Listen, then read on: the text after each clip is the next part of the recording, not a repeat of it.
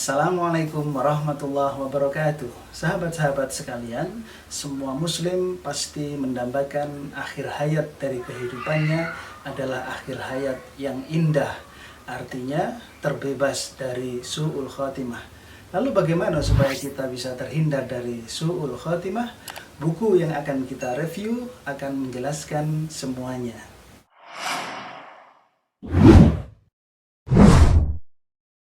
Buku yang ada pada saya ini berjudul Su'ul Khatimah, Kisah-Kisah Tragis Akhir Kehidupan. Buku ini berbicara tentang Su'ul Khatimah atau akhir kehidupan seseorang yang tragis dan kisah-kisah orang-orang yang ketika kematiannya dia mendapatkan Su'ul Khatimah, kematiannya kematian yang tragis. Dengan membaca buku ini, kita menjadi termotivasi, kita menjadi tercambuk untuk betul-betul supaya kita berusaha terhindar dari su'ul khatimah. Lalu, apa isi dari buku ini? Kita bahas terlebih dahulu dari fisik buku ini. Buku ini mempunyai tebal 345 halaman yang ditulis oleh Syekh Mahmud Al-Misri. Buku ini saya beli di toko online seharga kurang lebih 80 ribuan yang diterbitkan oleh penerbit Darut Taqwa. Pada awal dari buku ini, Syekh Mahmud Al-Misri, beliau menjelaskan tentang bahwasanya amal-amal kita itu tergantung pada akhirnya.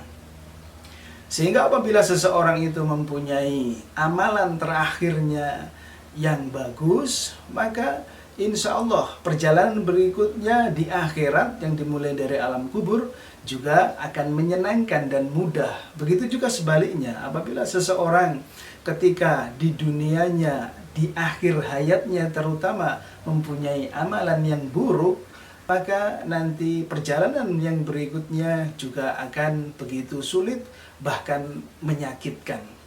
Setelah itu, di dalam buku ini dijelaskan tentang bahwasanya para ulama-ulama terdahulu mereka begitu takut sekali akan su'ul khatimah.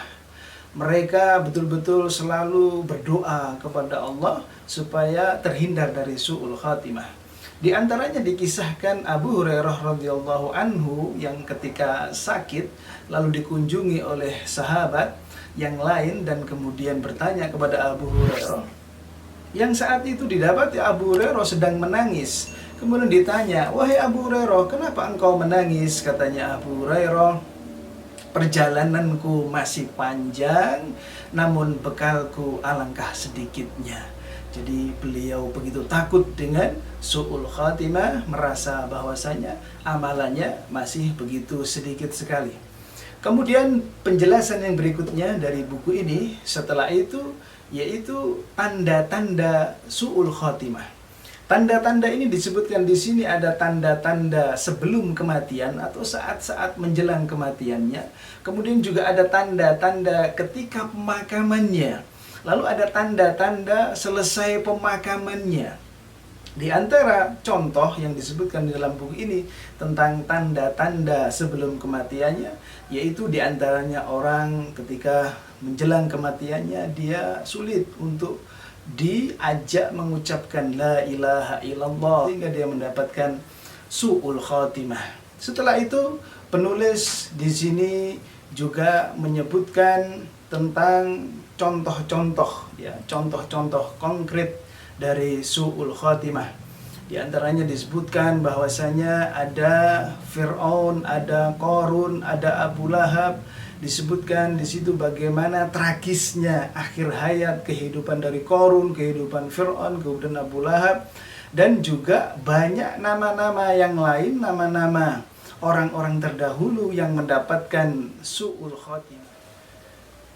Buku ini berisi 74 kisah nyata, kisah-kisah su'ul khatimah, orang-orang yang meninggal dunia dalam keadaan su'ul khatimah. Kisah-kisah yang ada dalam buku ini diambilkan oleh penulisnya dari buku-buku karya ulama terdahulu kemudian disusun menjadi satu. Dan di antara kisah-kisah tersebut ada yang judulnya Cinta Terlarang berakhir tragis. Kemudian juga ada yang berjudul Taubatnya Seorang Pendusta. Kemudian ada laki-laki homo, laki-laki LGBT. Kemudian juga ada yang berjudul Selamat Datang di Klub AIDS, di mana semua kisah-kisah tersebut berakhir tragis bagi pelakunya. Sahabat-sahabat sekalian yang dirahmati Allah Subhanahu wa taala, manfaat yang bisa kita ambil setelah kita membaca buku ini, buku yang ditulis dengan gaya bahasa yang mudah difahami, yang apabila kita membacanya serasa ngeri-ngeri, asyik begitu ya. Kita asyik melihat membaca kisah-kisah tersebut, kita juga ngeri dengan akhir-akhir tragis yang dialami tokoh-tokoh yang ada di dalam kisah-kisah ini. Yang bisa kita ambil manfaatnya yang pertama yaitu bahwasanya buku ini sesuai dan cocok untuk semua orang Islam, baik yang imannya tinggi maupun orang yang imannya rendah, orang yang ahli ibadah maupun orang yang ahli maksiat. Maka buku ini adalah buku yang cocok untuk mereka, baik bagi orang yang imannya tinggi, yang ahli ibadah, maka akan semakin membuat lebih dekat kepada Allah dan semakin semangat di dalam ibadahnya. Bagi orang yang ahli maksiat, maka dia akan takut dengan kemaksiatan itu dan kemudian bisa jadi dia bertobat setelah membaca buku ini. Kemudian yang berikutnya, manfaat yang bisa kita ambil, buku ini cocok sekali untuk dijadikan sebagai hadiah. Mungkin teman kita yang ahli maksiat, kita beri buku ini supaya dibaca, dan harapannya setelah membaca dia tersadar, dia menjadi takut mendapatkan su'ul khotimah. Alhamdulillah kalau dia bisa bertaubat setelahnya. Kemudian yang ketiga, dengan buku ini, dengan membaca buku ini, kita akan selalu ingat akan kematian.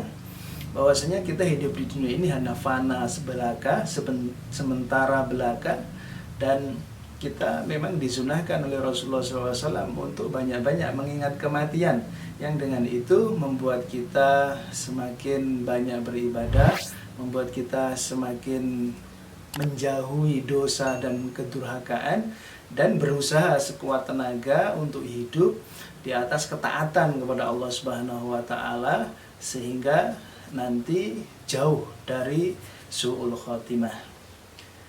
Demikian review dari buku Su'ul Khatimah, kisah-kisah tragis dalam akhir kehidupan ini. Semoga bermanfaat dan semoga kita semuanya terhindar dari Su'ul Khatimah.